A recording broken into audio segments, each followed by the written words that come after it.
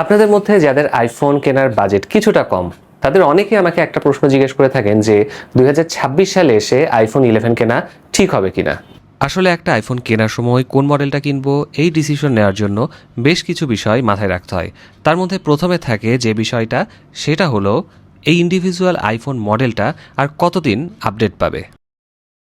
বর্তমানে আপনার বাজেট যদি কম থাকে এবং আপনি একটি আইফোন কিনতে চান, তবে ন্যূনতম আইফোন 12 কেনা উচিত, কারণ আইফোন 11 অলরেডি এর সর্বশেষ মেজর আপডেট পেয়ে গিয়েছে। এর নিচের বা পুরনো মডেলগুলো এখন পুরোপুরি আউটডেটেড বলা যায়। আজকের দিনে আইফোন কেনার ক্ষেত্রে ওলেড ডিসপ্লে আছে কিনা, এর ডিজাইন রিসেন্ট আইফোনের ডিজাইনের সাথে কতটা মেলে, অন্তত আরও 1 বছর iOS আপডেট পাওয়া যাবে কিনা, এই বিষয়গুলো অবশ্যই মাথায় রাখতে হবে। ইউজড মার্কেটে ফোনের কন্ডিশনের উপর ভিত্তি করে 64GB আইফোন 12 30,000 টাকার আশেপাশে পাওয়া যাচ্ছে, তবে 128GB নিতে চাইলে বাজেট কিছুটা বাড়াতে হতে পারে। আবার যারা গত 1 বা 1.5 বছরের মধ্যে ইনঅ্যাক্টিভ আইফোন 12 কিনেছিলেন, তাদের ফোনগুলো যদি আপনি ইউজড মার্কেটে পান, সেই ফোনগুলো কেনার জন্য বাজেট আরও কিছু বাড়াতে হবে। মোট কথা, ওভারঅল কন্ডিশন যেমন ব্যাটারি হেলথ, আউটলুক, পারফরমেন্সের উপর ডিপেন্ড করে ইউজড মার্কেটে আইফোন 12 আপনি 30 থেকে 45,000 টাকার মধ্যে পেয়ে যাবেন।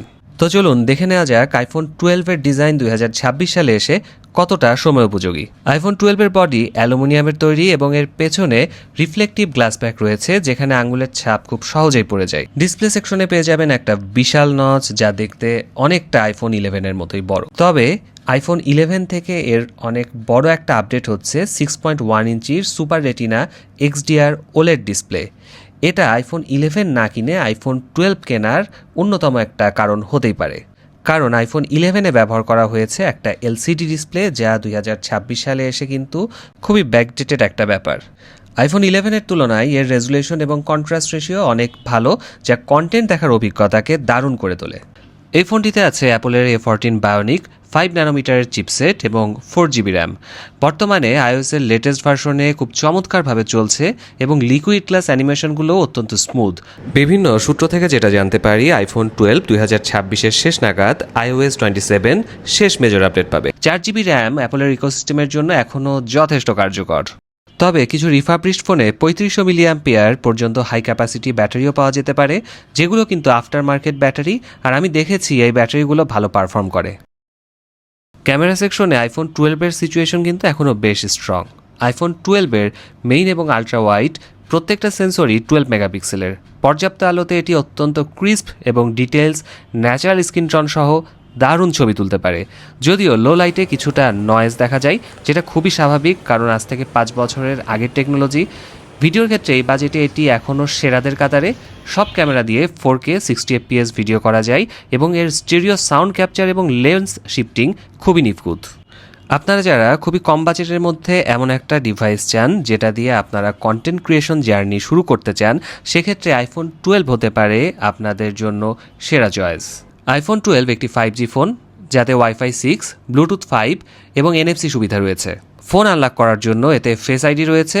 ইউজড মার্কেট থেকে একটা আইফোন কেনার সময় অবশ্যই খেয়াল রাখতে হবে আপনার ফেস আইডিটি প্রপারলি কাজ করছে কিনা, কারণ ডিসপ্লে চেঞ্জ করা হয়ে থাকলে অনেক ক্ষেত্রে কিন্তু ফেস আইডি প্রপারলি কাজ করে না। কোনো ফোনের ফেস আইডি যদি প্রপারলি কাজ না করে, সেই ফোনটি না কেনার জন্য বিশেষভাবে অনুরোধ করা যাচ্ছে। ইউজ মার্কেট থেকে কেনার সময় অবশ্যই ফেস আইডি এবং ট্রুটোন চেক করে নেবেন। বাজারে অনেক সময় GX ডিসপ্লে লাগানো ফোন পাওয়া যায়, যার বর্ডার বেশি থাকে এবং ফিনিশিংও খুব একটা ভালো হয় না। এই ধরনের ফোন কেনা থেকে বিরত থাকুন। 30,000 টাকা বাজেটে যারা আইফোন ব্যবহার করতে চান, তাদের জন্য আইফোন 12 একটা দুর্দান্ত চয়েস। তবে বাজেট কিছুটা বাড়ানোর সুযোগ থাকলে আইফোন 12 প্রো ম্যাক্স বা আইফোন 13 কেনার কথা ভাবতে পারেন, কিন্তু কম বাজেটে অন্তত আইফোন 12 কেনাই হবে বুদ্ধিমানের কাজ। তো সবশেষে এটাই বলবো, 2026 সালে এসে আইফোন 11 কেনাটা একদমই ঠিক কাজ হবে না। এর অন্যতম কারণ আইফোন 11 এর লাস্ট মেজর আপডেট যেমন পেয়ে গিয়েছে, সেই সাথে এর LCD ডিসপ্লে একদমই এই সময়ে যায় না।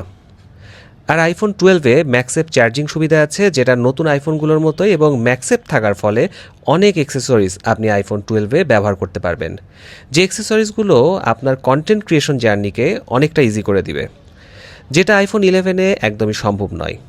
আর আইফোন 12-এর বক্সি শেপের ফ্ল্যাট ডিজাইন এখনকার আইফোনগুলোর সাথে অনেকটাই মিলে যায়, যেখানে আইফোন 11 অনেক পিছিয়ে থাকবে। আর এজন্যই আপনার আইফোন 11 না কিনে আইফোন 12 নেওয়া উচিত। তো আজকের ভিডিও এ পর্যন্তই, আবার দেখা হবে নতুন ভিডিওতে। ততদিন পর্যন্ত সকলে সুস্থ থাকুন, ভালো থাকুন, আল্লাহ হাফেজ।